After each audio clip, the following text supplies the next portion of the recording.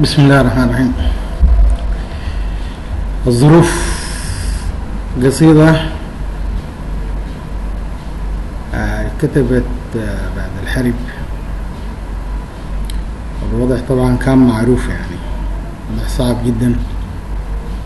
وجينا من الخرطوم قاعد براو تقابلك حاجات كثيرة، يعني ناس أعزة بالنسبة ليك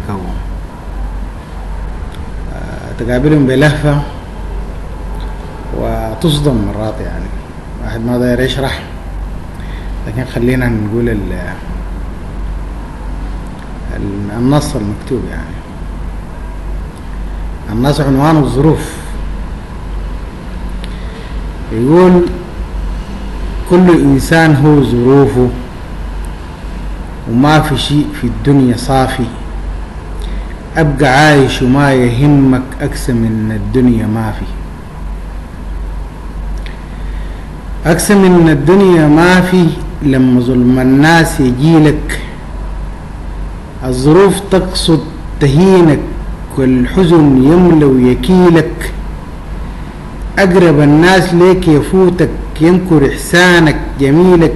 تبقى مكسور الإرادة وريح جناحك ما يشيلك.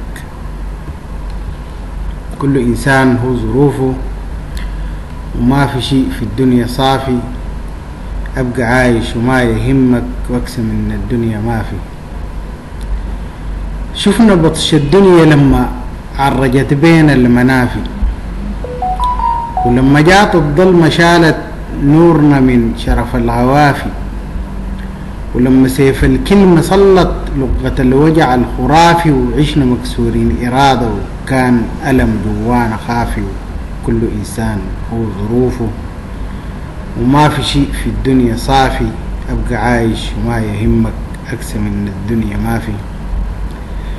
خذ من القول ما يهمك، وما في غير تنسى وتسامح. البشيل في قلبه بيتعب، مستحيل يقدر يكافح. شيل هموم الدنيا قاسي، حرسمومه صعيب ولافح. وهوجة النيل لما تبدأ سيره بيجيك جاري طافح. كل إنسان هو ظروفه، وما في شيء في الدنيا صافي. أبقى عايش وما يهمك وأكثر من الدنيا ما في. علمتني الدنيا أنسى وابقى أقوى من الظروف. أهدي للناس ابتسامة ووردة من أندى الجروف. أبقى عايش زي حمامة هادلة من دون أي خوف.